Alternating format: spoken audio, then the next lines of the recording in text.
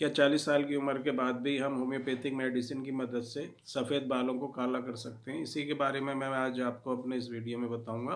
तो मैं डॉक्टर अशफाक, मैं आप सबका अपने चैनल में बहुत बहुत वेलकम करता हूं।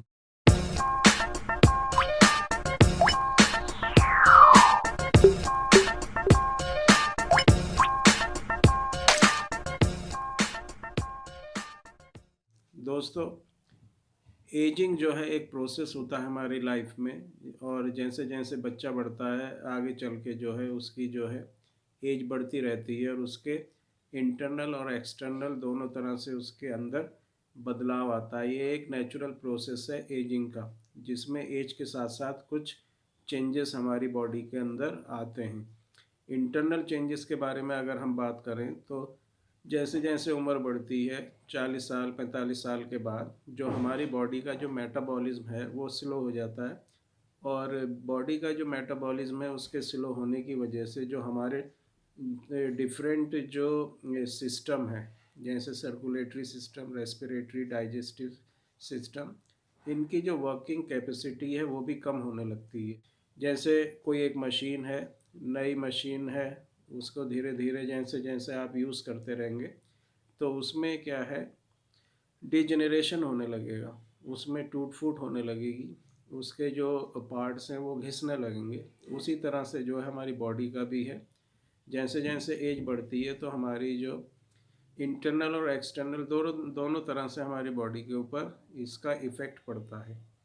अगर एक्सटर्नल फीचर्स के बात करें या एक्सटर्नल फंक्शनिंग की हम बात करें तो हमारी बॉडी में एजिंग के बहुत सारे साइन हमारी बॉडी शो करती है, जिसमें हमारी बॉडी का पॉस्चर, हमारी बॉडी की जो बोन्स हैं उनकी स्ट्रेंथ का कम हो जाना, स्किन है उसमें रिंकल्स हो जाना, दूसरी जो प्रॉब्लम है उनका हो जाना। इस तरह से बहुत सी चीज़ें हैं जिनका एजिंग से जो है रिलेशन है, उम्र के साथ जिसका जो है ताल्लुक़ रहता है। और उसी में एक जो है बालों का सफ़ेद होना, ये भी एक, अगर नेचुरल तरह से अगर बाल आपके सफ़ेद होते हैं तो ये एक एजिंग प्रोसेस है, नेचुरल प्रोसेस है। और ये नेचुरल प्रोसेस अगर आपका 40 साल के 45 साल के बाद अगर आपके जो हेयर हैं, बाल हैं, वो सफ़ेद होते हैं, तो इस तरह के अगर आपके बाल सफ़ेद होते हैं तो इनको आप किसी भी मेडिसिन से जो है रिवर्स नहीं कर सकते, ब्लैक नहीं कर सकते।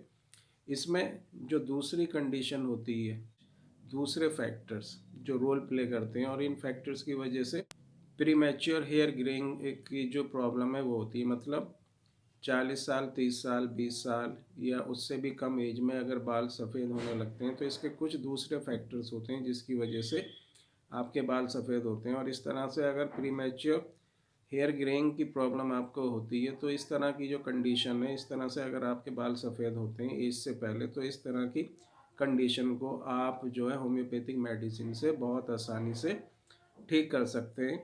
इसमें कुछ फैक्टर्स रहते हैं, जैसे न्यूट्रिशनल कुछ डिफिशिएंसी बॉडी के अंदर। अगर हमारी बॉडी के अंदर हम जो खाना खाते हैं वो पूरी जो है डाइट हम ठीक तरह से नहीं लेते, बैलेंस डाइट नहीं लेते, जिसकी वजह से कुछ न्यूट्रिएंट्स की डिफिशिएंसी हमारी बॉडी में हो जाती है, जैसे कुछ मिनरल्स, कुछ वाइटामिन्स। इनकी वजह से, कमी की वजह से भी जो है ये जो बाल हैं वो जल्दी उम्र में जो है सफ़ेद होने लगते हैं। या खून की कमी, जिसको एनीमिया कहते हैं, उसकी वजह से भी जो बाल हैं वो अपनी एज से पहले जो है सफ़ेद होने लगते हैं। कुछ दूसरे फैक्टर्स जो हैं, या जैसे कोई क्रोनिक डिजीज़, कोई पुरानी बीमारी, आप बहुत लंबे टाइम से जो है कोई बीमारी है आपको और उसकी आप कुछ एलोपैथिक मेडिसिन यूज़ कर रहे हैं, कुछ स्टेरॉइड्स यूज़ कर रहे हैं जिसकी वजह से, या कुछ एंटीबायोटिक्स यूज़ कर रहे हैं, तो इस वजह से भी जो है प्रीमेच्योर जो हेयर ग्रेइंग की जो प्रॉब्लम है वो हो जाती है। या कुछ एक्सटर्नल फैक्टर्स, जैसे आप कौन सा शैम्पू यूज़ करते हैं। अगर आप कोई ऐसा शैम्पू यूज़ करते हैं जिसमें बहुत ज़्यादा केमिकल्स हैं तो उससे भी आपके बाल जो हैं ड्राई हो जाते हैं, रफ़ हो जाते हैं, और वो वाइट होने लगते हैं। या पॉल्यूशन, जिस एनवायरनमेंट में हम रहते हैं वहाँ पर अगर बहुत ज़्यादा पॉल्यूटेंट मिक्स हैं, बहुत ज़्यादा पॉल्यूशन है, तो इसका इफ़ेक्ट भी जो है हमारे बालों पर पड़ता है। उसके अलावा जो है डैंड्रफ का होना, अगर आपके बालों में बहुत ज़्यादा डैंड्रफ है तो उससे भी प्रीमेच्योर ग्रेइंग ऑफ हेयर हो जाता है। इसके बाद जो है प्रॉपर, अगर आप ऑयलिंग नहीं करते अपने बालों में तो उसकी वजह से भी जो है बाल सफ़ेद होने लगते हैं। तो ये कुछ कंडीशन है, अगर इस तरह की कुछ कंडीशन है तो जिस वजह से आपके बाल सफ़ेद हो रहे हैं, आप उस कंडीशन को अवॉइड करें और कुछ होम्योपैथिक मेडिसिन आप यूज़ करेंगे तो आपके बाल जो है जो ग्रे हो गए हैं, वाइट हो गए हैं, वो ठीक हो जाएंगे।